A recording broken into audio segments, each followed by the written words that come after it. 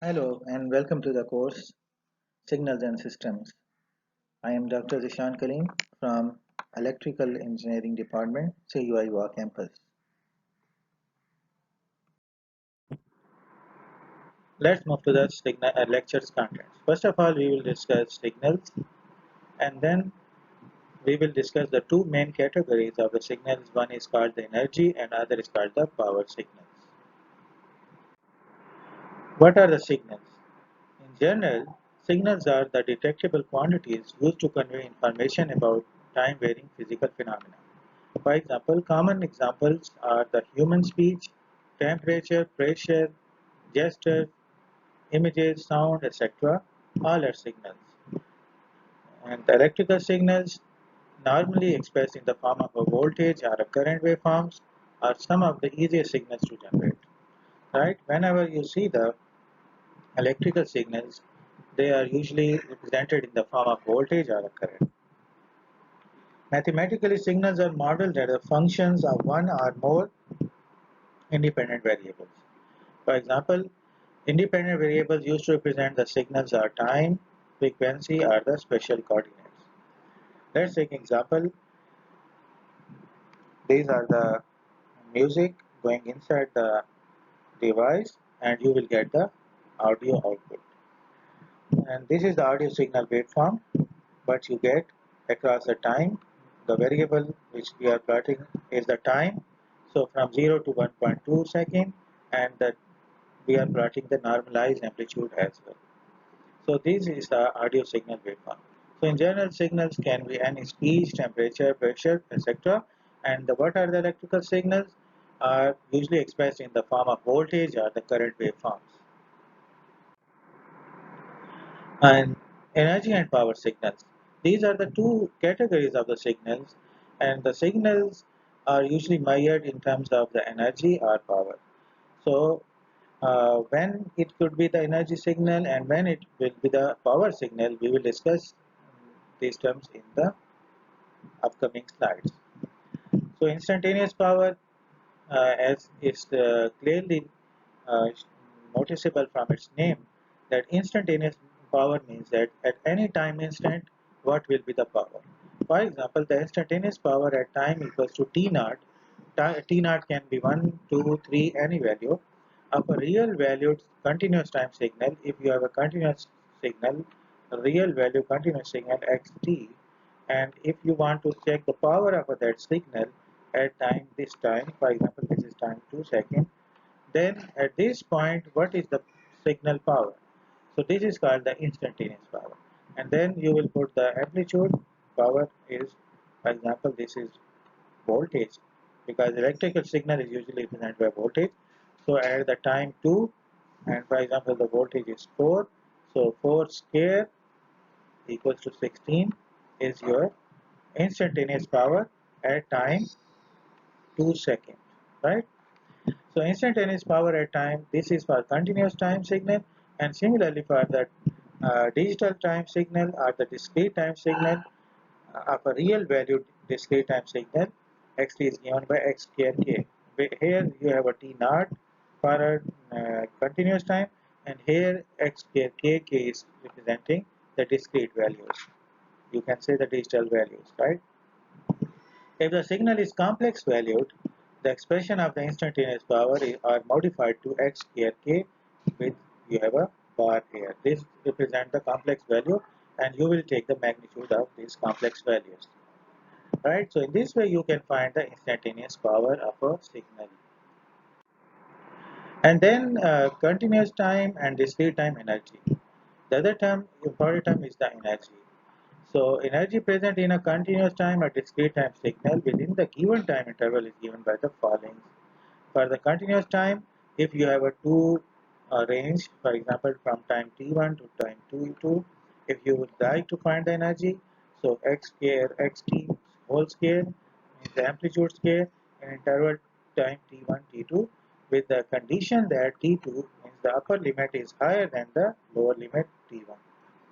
For example, T1 can be 1 and the T2 can be 3 seconds. So you need to find the energy of a signal between these two times. So this is the representation for the continuous, and similarly for the discrete time we have a summation here, and continuous time we have an integral, and x square k x k whole square in interval k and 1 and 2. Similarly, and t2 should be greater than n1. The total energy of a continuous time signal is energy calculated over the interval in finite interval minus infinity to the infinity. Because for any signal, if you want to calculate the total energy, so you should integrate or do the summation for the infinite interval. The expression of total energy are therefore given as minus infinity to plus infinity. X square xt whole square for a continuous time, and for a discrete sequences minus infinity k equals to minus infinity summation up to infinity x k whole square. So this is the total energy, right? The other term is the average power. The average power, since power is defined as the energy per unit time, we know that power equals to energy over time, right? E over T, which is very famous equation. So the average power of a continuous time signal over the interval minus infinity to infinity, and for a discrete time signal over the range minus infinity to infinity are expressed as follows. So you would like to calculate the average power. So the duration is infinity, time approaches to infinity over 1 over t. This is 1 over t because energy over time, right? Energy over time. So this is usually energy, and this is over time. So this in this way you can calculate the average power. Similarly, discrete time sequence 1 over 2k plus 1, k equals to minus k to plus k. How this 2k plus 1? Uh, so from this limit you can notice that minus k to k. How many values? 2k, right? Minus k to k, we have 2k number of values. But in discrete time we have another value at 0, right? For example, if you take the discrete time signal, this, this. For example, k minus k, right? These become 2k. But there is in center there is additional value 0. So we can say that there are 2k plus 1 values, total values, right? So 2k plus 1, we have for averaging, we need to divide by the total time. So in this way we have in this case we have a 2k plus 1. So k equals to minus k to k x k square. So in this way you can calculate the average power. For average power for finite period. Now the only difference in this equation and the previous equation we talked about the infinite period, minus infinity to plus infinity, right? Here we are talking about the finite period, and the period we call T naught. T naught is our fundamental period, so we can just write T naught. So here we don't have a limit 1 to infinity, so we have a total time T naught, which is a period, and starting time can be any arbitrary number t1. So from t1 plus t naught, you know that, for example, this case, right? Here we can call 0 to total t naught. But if we start from another point, not directly from the 0, if we start from here, right, the total time will be same, but the starting point here is t1. So here is t1 plus t naught, right? The period is same, but the starting point is different. So to represent that, we call T1 to T1 plus T naught xt square. Similarly, in the discrete time sequence, we have a total fundamental period k naught. So k naught 1 over k naught. So if we start from any arbitrary k1, so k1 plus k naught minus 1. As I mentioned, there is additional term at 0. So to remove that, we have a k, because here we have a starting at k1. So k1 plus k naught minus 1. So this is the way you can calculate the average power for a finite period. Now the main point is that we discuss power and energy. But what when we can say that this is energy signal, and when we can uh, say that this is a power signal. So this is the classification. How to classify it as energy or a power signal.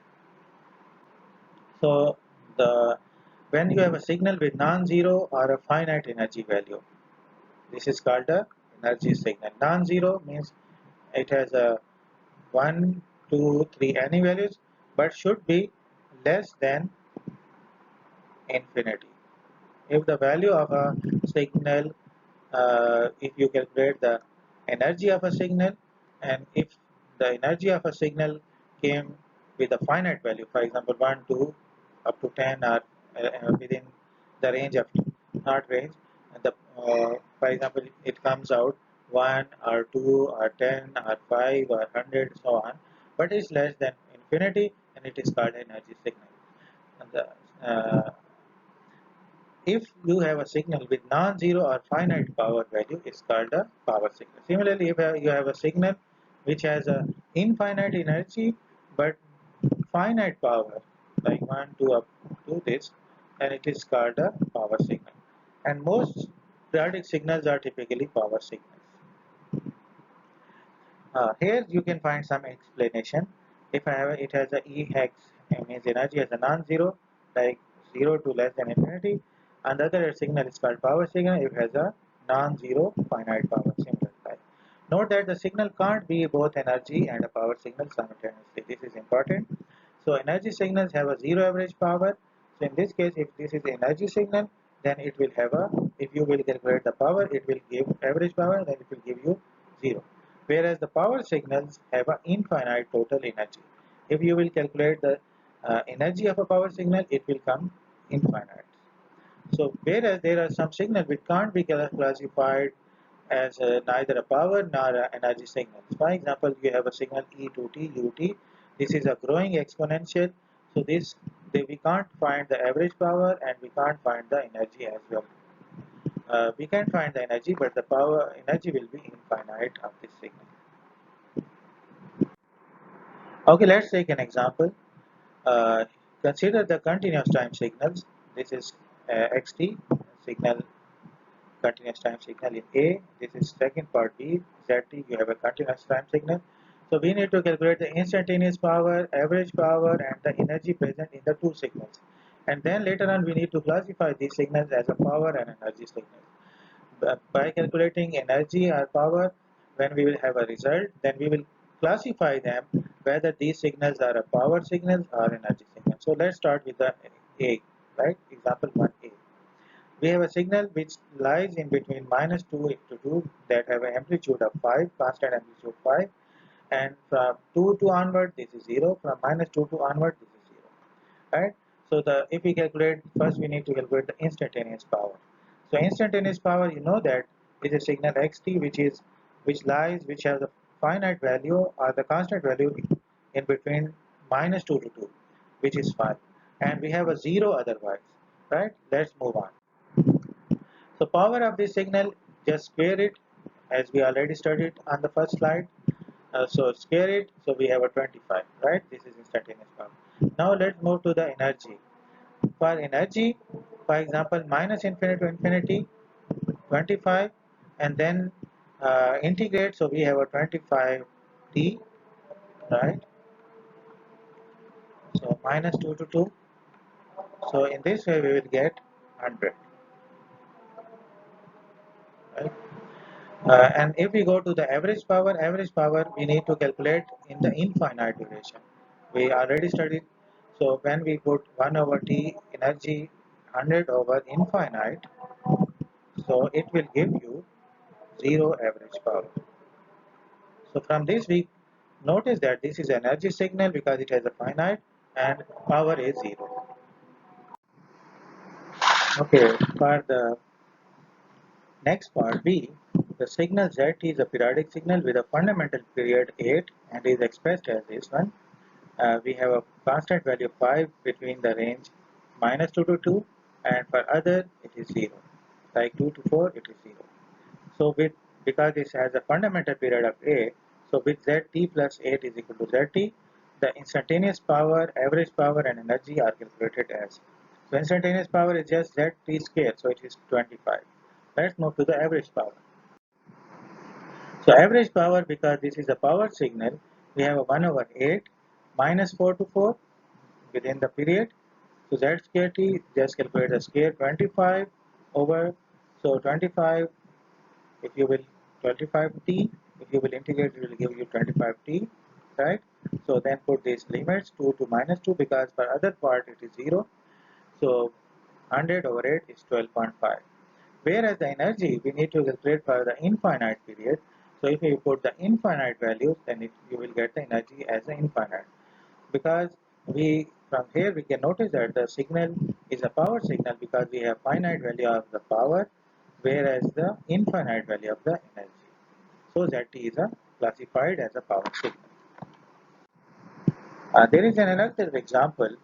So determine if the discrete time sequence we have a signal gk 3 cos pi k over 10 is a power or energy signal. So we need to determine whether it is a power or energy signal, whereas we have a sequence discrete time sequence. The discrete time sequence gk is equal to 3 cos pi k by 10 is a periodic signal with a fundamental period of 20. How we find that period? Look at this.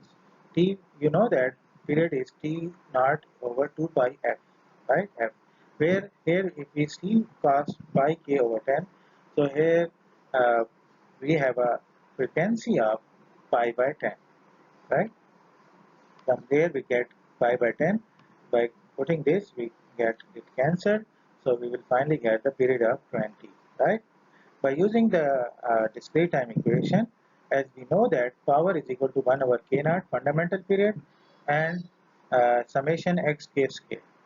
So equal to 1 over k naught, k is equal to k1 plus k naught minus 1, as we already studied, x k square. Let's move on.